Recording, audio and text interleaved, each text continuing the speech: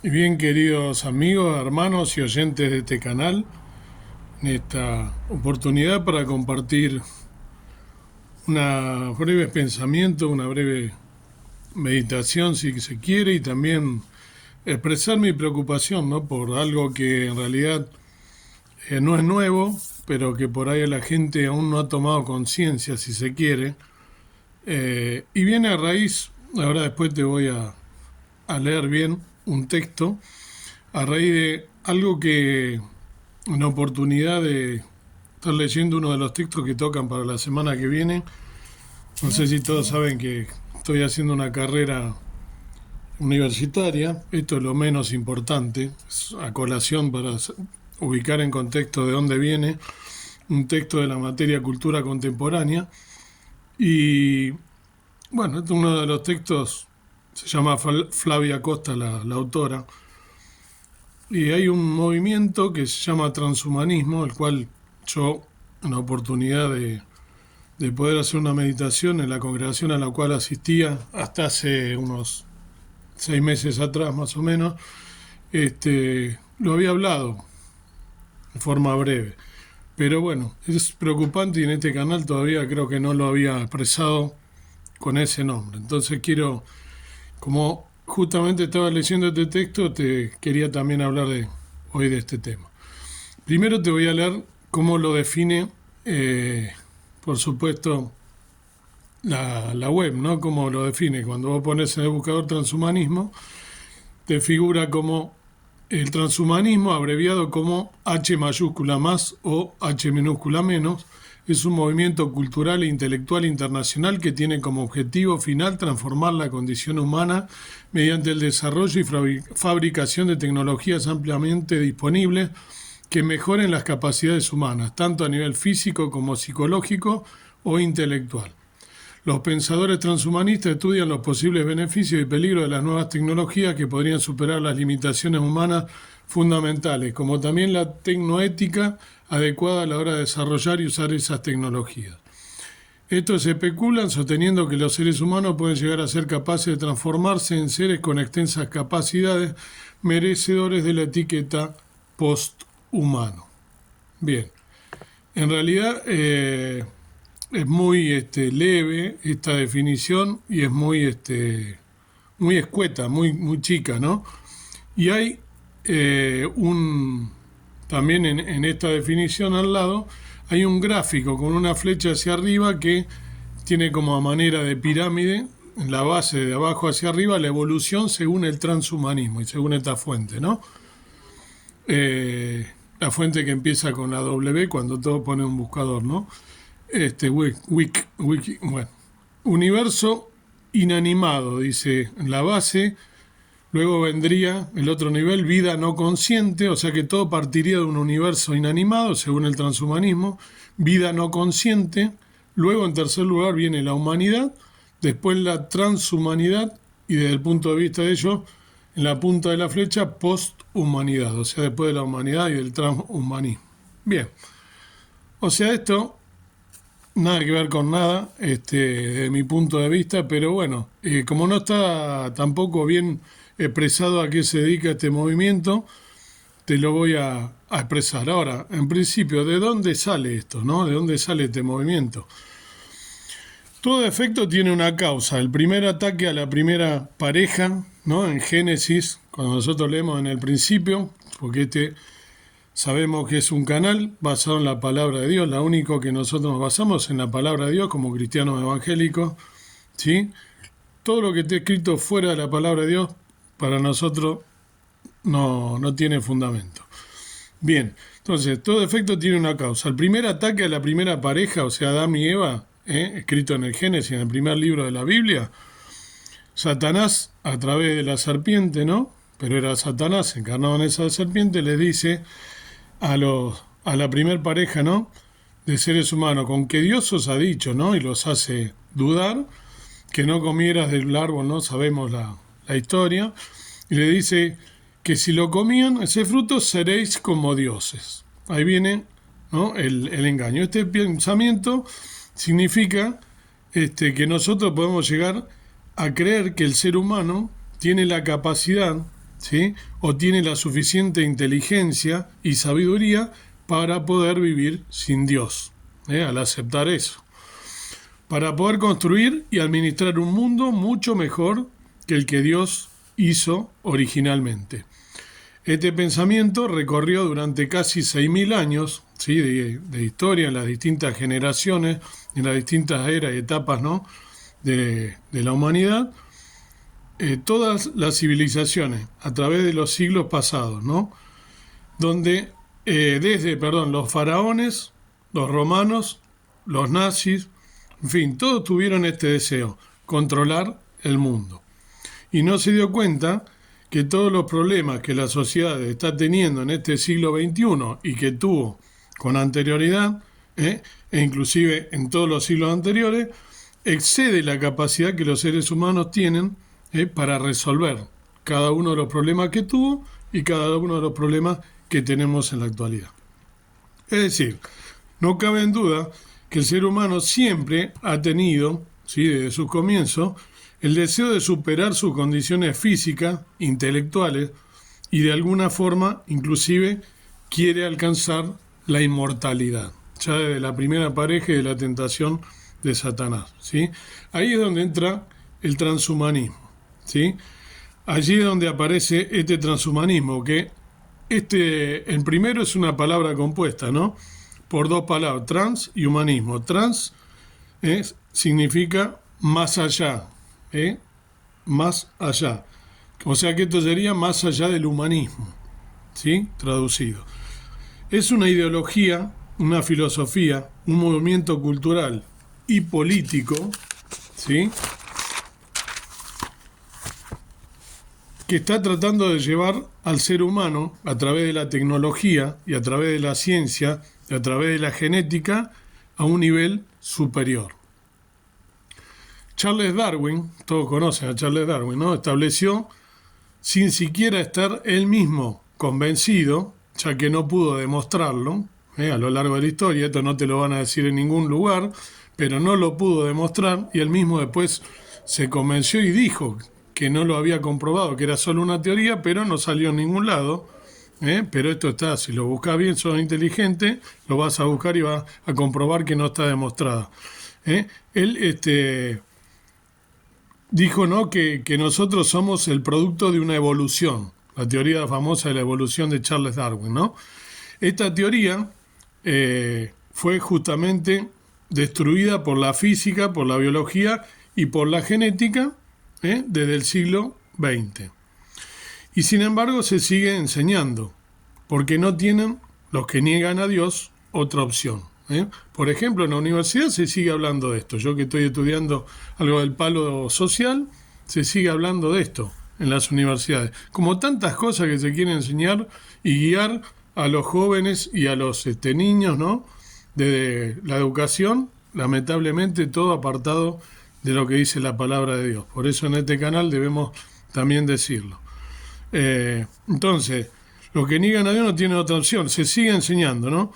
Viene siendo una deshonestidad, ¿sí?, o una incoherencia intelectual esto, seguir enseñándolo. ¿Por qué no? ¿Por qué? Porque ni el mismo Darwin, que fue quien lo expresó esa teoría, la pudo comprobar.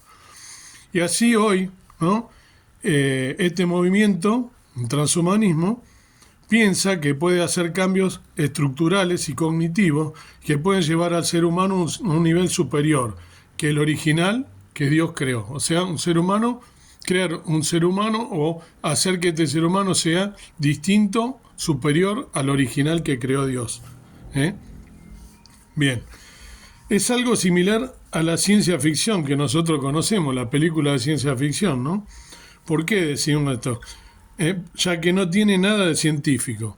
Al sostener que somos el resultado de un proceso evolutivo, nosotros vendríamos siendo como si fuésemos algo así como una ameba. ¿Conocen una ameba? Bien, y por eso este movimiento cree que al ser el resultado de un proceso o el producto de una evolución, por eso este movimiento cree que podemos nosotros mejorar este proceso evolutivo. En realidad sería modificarlo, no mejorarlo. Sería modificarlo o cambiarlo y así llegar a un nivel ¿no? Superior, un nivel mejor según su punto de vista.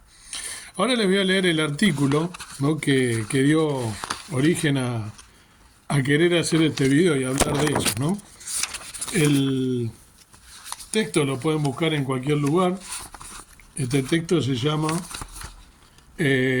dice Tecnoceno, algoritmos, biohacker y nuevas formas de vida, de Taurus, formas de vida infotecnológicas, ¿no? Y es de Flavia Costa, que es argentina, ¿sí? Bueno, y esta señora, Flavia Costa, dice, bueno, todo después de hacer todo un análisis, la parte que a mí me interesa, dice, no menciona, ¿no? Un libro, un autor, ¿no? Que es Kurzweil, y dice, a diferencia de la imagen más o menos corriente de un progreso lineal, Kurzweil asegura que en los próximos 100 años no veremos un despliegue tecnológico similar al del último siglo, sino que parecerá más bien a 20.000 años de desarrollo. En unas pocas décadas, afirma en la Ley de Rendimiento Acelerado de 2001, la inteligencia de la máquina sobrepasará la inteligencia humana, llevándonos a la singularidad. Cambios tecnológicos tan rápidos y profundos que representan una ruptura en la estructura de la historia humana. De eso se trata, en efecto, su libro. La singularidad está cerca, de 2005, este libro, que describe el advenimiento hipotético en pocas décadas de una inteligencia artificial general o superinteligente, que ya está entre nosotros, por supuesto, no es de ahora, pero ahora está en auge, muy superior tanto en velocidad como en capacidades concretas al intelecto humano. Esta singularidad tecnológica implicaría cambios sociales inimaginables, imposibles tanto de comprender como de predecir, a partir de una combinación inédita entre tecnología y biología que, afirma, se expandirá por el universo y puede llevar a la humanidad a la extinción o la inmortalidad. Vayan escuchando bien los conceptos. Los transhumanistas lo dicen así, desdramatizando el asunto. Los transhumanistas no solo creen en la posibilidad de perfeccionamiento a través de las tecnologías, la informática, la robótica, la biología molecular, la química y la farmacología, la ciencia cognitiva, la ingeniería genética, la nanotecnología y la neurocirugía, sino que sostienen una nueva forma de pensar más allá de la premisa de que la condición humana es esencialmente inalterable. Para ellos, alterar fundamentalmente la condición humana a través de la razón aplicada, especialmente utilizando la tecnología, para acabar con el envejecimiento e incrementar las capacidades intelectuales, físicas y psicológicas del ser humano. No solo es posible, sino muy conveniente. Si bien reconocen que las perspectivas que se abren gracias a estas nuevas tecnologías van desde un futuro ilimitadamente promisorio a posibilidades extremas con la extinción de la vida inteligente, aseguran que el futuro se vislumbra en general de manera extraña o confusa, pero sin dudas está lleno de posibilidades muy excitantes. Suele afirmarse que el primero en usar el término transhumano fue, en 1953, el biólogo Julian Huxley, el hermano de Aldous, a su vez autor de Un Mundo Feliz, de 1932. Julian Huxley, primer secretario de la UNESCO, abogaba por la aplicación de la tecnología para mejorar la condición humana. A finales de la década de 1960 lo retomó el escritor futurista de origen persa Fereydun M. Esfandiari, quien a los 40 años logró cambiar su documento para llamarse en mayúscula FM-2030. Casualidad, ¿no? 2030, hay una agenda que lleva justamente ese año, que la podés buscar en internet, ¿no? Todo está relacionado con todo. No es nada inocente. Como símbolo de sus convicciones más esperanzadas, que al cumplir 100 años la tecnología le permitiría vivir para siempre. Según sus seguidores, FM 2030 predicaba el transhumanismo en sus clases sobre nuevos conceptos de lo humano, que dictaban la New School for Social Research de Nueva York. En ella sostenía que el organismo, tal como lo conocemos, es una camisa de fuerza biológica, de la que hay que deshacerse lo antes posible. El cuerpo, afirmaba, es estructuralmente un mal robot, rígido y poco flexible, cuyo diseño hay que rehacer por entero. Excepto el cerebro, aseguraba, todo lo demás es primitivo y se está volviendo superfluo. Años más tarde retomaron y expandieron esas consignas del filósofo sueco Nick Bostrom y el británico David Pearce, fundadores en 1998 de la Asociación Transhumanista Mundial, cuyas dos primeras tareas fueron la redacción de la Declaración Transhumanista, publicada en ese mismo año, y las preguntas frecuentes sobre transhumanismo al año siguiente. En esas primeras definiciones, que hoy no es fácil encontrar en Internet, ya que en marzo de 2009 el documento original fue transformado por el Consejo de Directores de Humanity Mass en una lista de 7 puntos muy simplificada, se afirmaba: el transhumanismo desecha el postulado que la condición humana es constante, que todo puede cambiar, la economía, la cultura, la política, pero que la naturaleza humana sigue siendo siempre la misma. El transhumanismo supone que la condición humana no es inalterable y aboga por el uso de tecnología que superen nuestras limitaciones biológicas y transformen esa condición. Entre esas posibilidades figuran, por ejemplo, las máquinas superinteligentes, capaces de superar a los mejores cerebros humanos en prácticamente cualquier disciplina, el control de los centros del placer a partir de nuevas drogas y o fármacos que prometen que la gente podrá optar por reducir drásticamente la incidencia de emociones negativas en su vida, sin efectos colaterales y sin provocar adicción, las píldoras de la personalidad, nuevas drogas que, con el apoyo de la terapia genética, permitirían modificar la personalidad y ayudar a resolver problemas como la timidez o los celos, incrementar la creatividad y aumentar la capacidad emocional, la colonización del espacio exterior, la ampliación radical de la expectativa de vida, la clonación, la tecnosexualidad, las redes neuronales, la ingeniería neuromórfica, etc. Declaración Transhumanista de 1999, y aclara la autora, la traducción es mía. Bien, esto no lo vas a encontrar en ningún lado, por lo que dice ella misma. ¿Ves que es muy pobrecita, muy escueta la definición de transhumanismo? En una entrevista publicada en 2006 en The Guardian, Bostrom, ya por entonces director del Instituto de Futuro de la Humanidad en la Facultad de Filosofía de la Universidad de Oxford, tarea que desarrolla todavía hoy, explicaba que el transhumanismo se dedica a analizar e investigar las posibilidades y las implicaciones éticas de modificar las capacidades humanas, por ejemplo, interviniendo el proceso de envejecimiento, o bien haciéndolo más lento o revirtiéndolo. Y agregaba: para el caso del envejecimiento lo que necesitamos es o bien hacer más lento el proceso de acumulación de daños, o bien una vez que el daño ha sido hecho, ir y repararlo. Las células madre, por ejemplo, pueden utilizarse para hacer crecer de nuevo las células que hemos perdido. Y podemos desarrollar nuevas enzimas que sean capaces de proteger al cuerpo de aquellas sustancias con las que él no puede vérselas. Por su parte, David Pearce es un militante del llamado utilitarismo negativo, que propone revocar mediante la vía tecnología la mayor cantidad de sufrimiento innecesario. Expone su tesis en el manifiesto titulado El imperativo hedonista, la exigencia ética de abolir el sufrimiento, no las causas del sufrimiento, sino las sensaciones biológicas que provoca. Pearce, vegano moral, explica que en su manifiesto abolicionista que la desaparición del dolor puede lograrse a través de 3 posibles soluciones técnicas. 2 de ellas son parciales: la estimulación cerebral de los centros del placer y el uso de drogas de diseño. La tercera, en cambio, es la que propone como la más adecuada: cambiar la naturaleza humana, literalmente reparando nuestro código genético. La clave del argumento es que lo que falla es la dotación biológica, ya que los estados de conciencia desagradables existen porque fueron adaptativos genéticamente. Si bien estamos algo dejo de ver realizadas estas ideas, ellas orientan desde hace décadas el trabajo de científicos, ingenieros y tecnólogos. Y algunos artistas colaboran realizando prototipos vivientes, como es el caso del artista chipriota australiano Stellark.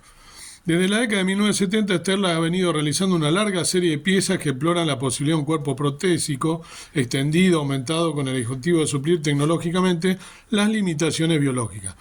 Entre diferentes experimentos performáticos, utilizó máquinas de suspensión antigravitatoria, operó con su cuerpo una prótesis de 6 patas mecánicas gigante y en 2007 se hizo implantar en su antebrazo izquierdo aquella tercera oreja hecha de células cultivadas que mencionamos más arriba, que tiene un sensor y una antena Wi-Fi que transmite los sonidos que ella misma escucha.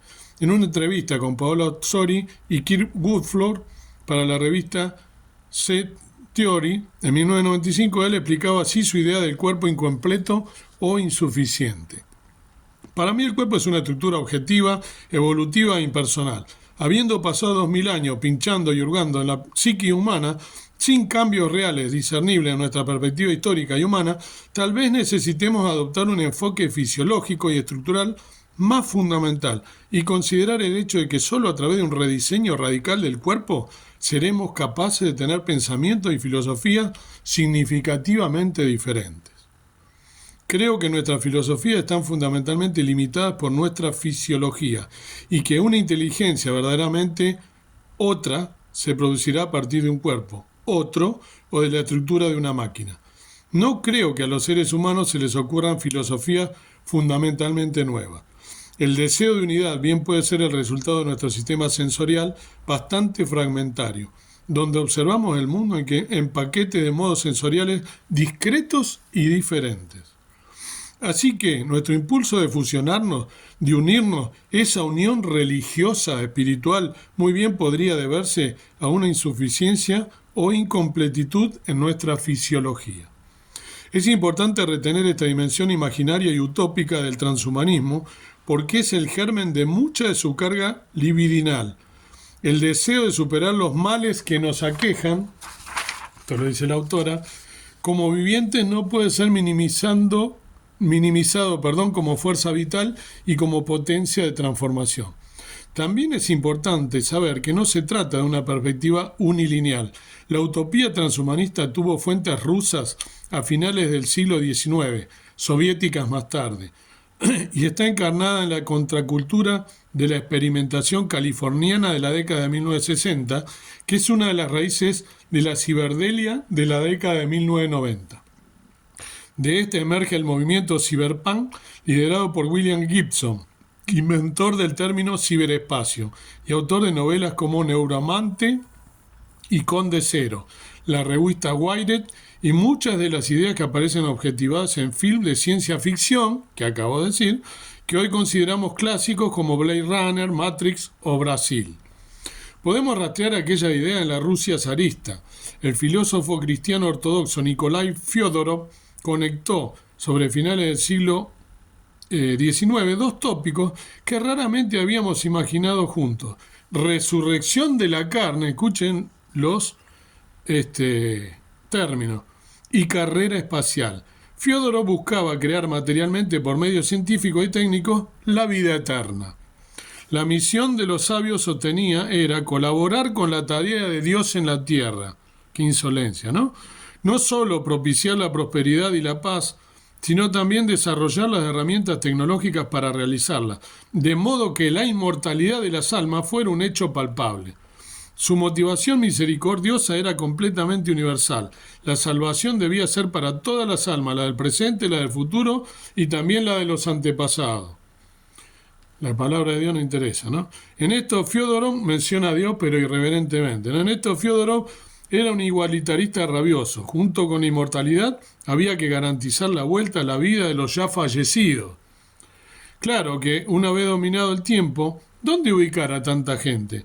Conocer y ocupar el cosmos, el imperativo literal de tomar el cielo por asalto, pasó a ser un requisito derivado del sueño de alcanzar la gran promesa cristiana de la resurrección de la carne para toda la eternidad.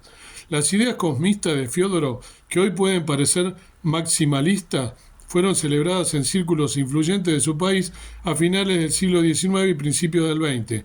Atrajeron a Tolstoy, a Dostoyevsky, a Mayakovsky.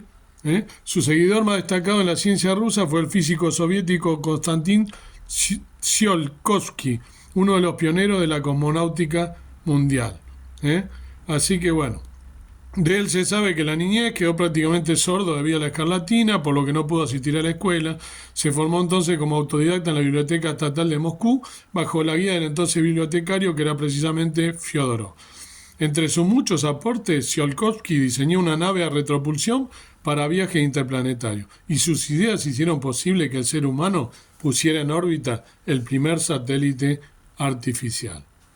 Bien, al menos colaboraron con algo, ¿no? De toda esta locura de querer parecerse a Dios. Bien, por una cuestión de tiempo, por lo que veo, voy a hacer otro video en el cual vamos a hacer la continuación y finalización de porque no va a alcanzar para no hacerlo tan extenso. Entonces esta es la parte 1 y seguimos analizando esta locura, a mi entender, me hago cargo de lo que digo, siempre basado en la palabra de Dios, por supuesto, y continuamos en el otro video.